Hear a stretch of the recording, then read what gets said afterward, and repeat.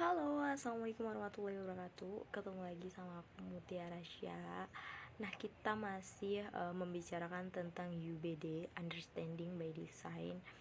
Sekarang kita memasuki fase perancangan perangkat pembelajaran menggunakan teknik dari UBD, di mana materi ini sebenarnya udah dipaparkan oleh mahasiswa saya dan juga teman-teman saya yang membahas tentang beberapa aspek.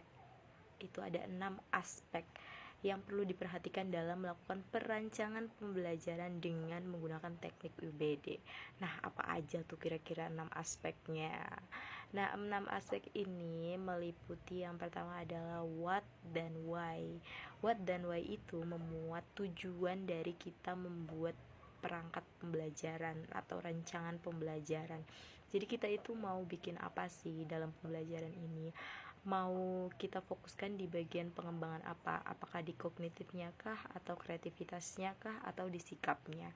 Nah, ini harus jelas dalam membuat perancangan pembelajaran supaya pembelajaran kita itu sesuai dengan kebutuhan peserta didik.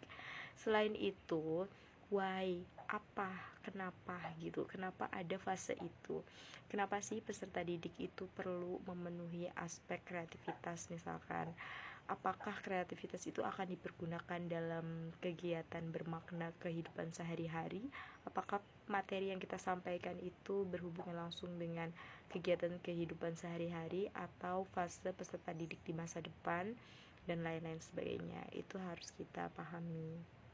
Kemudian setelah what, why, kita masuk ke hook atau hook. Hook dan hook itu adalah suatu hal yang menjadi peserta didik tertarik mengikuti pembelajaran, dan hak apa saja sih yang didapatkan oleh peserta didik selama pembelajaran. Apakah peserta didik mendapatkan penyampaian materi yang baik, atau gaya belajar yang sesuai dengan gaya belajarnya, atau misalkan karakteristik pembelajaran yang disesuaikan dengan karakteristik peserta didik itu sendiri. Jadi kita juga harus memperhatikan ini, teman-teman, sebagai seorang guru profesional. Kemudian selain itu kita juga harus memperhatikan equip. Nah, equip ini sangat amat penting bagi kita seorang guru untuk merancang suatu pembelajaran di kelas bersama dengan peserta didik. Kenapa sih perlu? Nah, equip ini sebenarnya adalah proses pengembangan kemampuan yang mau kita capai. Prosesnya tuh gimana? Apakah dalam pembelajaran kita akan merancang kegiatan belajar yang berdasarkan dengan pengalaman kah, atau kegiatan belajar yang berhubungan dengan kebudayaan lokal kah, atau seperti apa? Jadi kita juga harus memperhatikan tahapan ini, teman-teman. Kemudian ada rating ya, atau reflection. Ini berhubungan langsung dengan cara berpikirnya peserta didik. Jadi saat kita menyampaikan suatu materi, tentu aja materi tersebut akan dipraktekkan oleh peserta didik supaya pembelajaran yang kita rancang itu menjadi pembelajaran yang bermakna dan juga bermanfaat berkelanjutan bagi peserta didik itu sendiri. Nah, biasanya rating ini berhubungan langsung dengan kegiatan pembelajaran yang behavioristik atau berdasarkan dengan pengalaman. Oleh karena itu, biasanya seorang guru akan mengaitkan dengan hal-hal yang pernah atau ada di sekitar peserta didik supaya tercipta pembelajaran yang berpengalaman itu sendiri, berdasarkan dengan experiential learning atau berdasarkan dengan sesuatu hal yang pernah atau dialami oleh peserta didik. Kemudian setelah itu ada evaluate. Nah, buat apa sih kita membuat evaluate? Ya, tentu aja sebagai monitoring. Apakah rancangan pembelajaran kita udah sesuaikah? Bagaimana metodenya? Treatment kita ke peserta didik apakah sudah sesuai atau belum?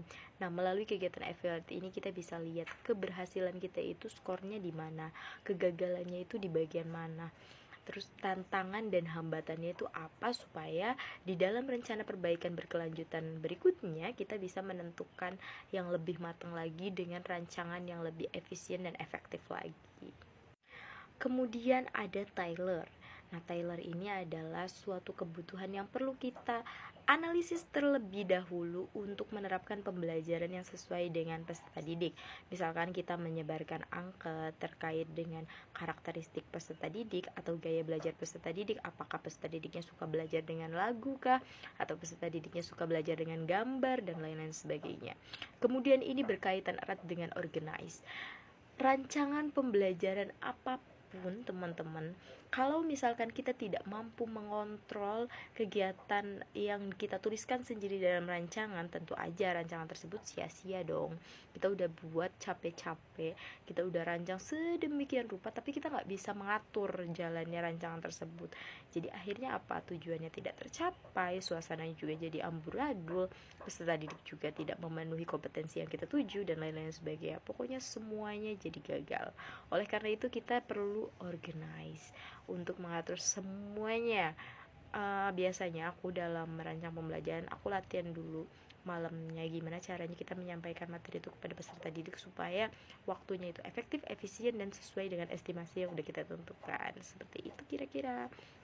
Nah, berdasarkan dengan ulasan yang dijelaskan oleh teman-teman waktu di kelas melalui pemaparan PowerPoint, aku tuh setuju banget sama spekulasi teman-teman, karena ini sejalan dengan spekulasi yang aku pahami terkait dengan rancangan pembelajaran yang berdasarkan dengan UBD ini, dimana rancangan pembelajarannya itu terbalik ya, jadi backward design, dimana desainnya itu kita tentuin dulu tujuannya, mengumpulkan bukti, baru kita kita susun rancangannya gitu. Nggak seperti biasa kita susun dulu rancangannya, terus kemudian dapatnya apa, terus dari rancangan tersebut bersamaan dengan bukti dan lain-lain sebagainya gitu.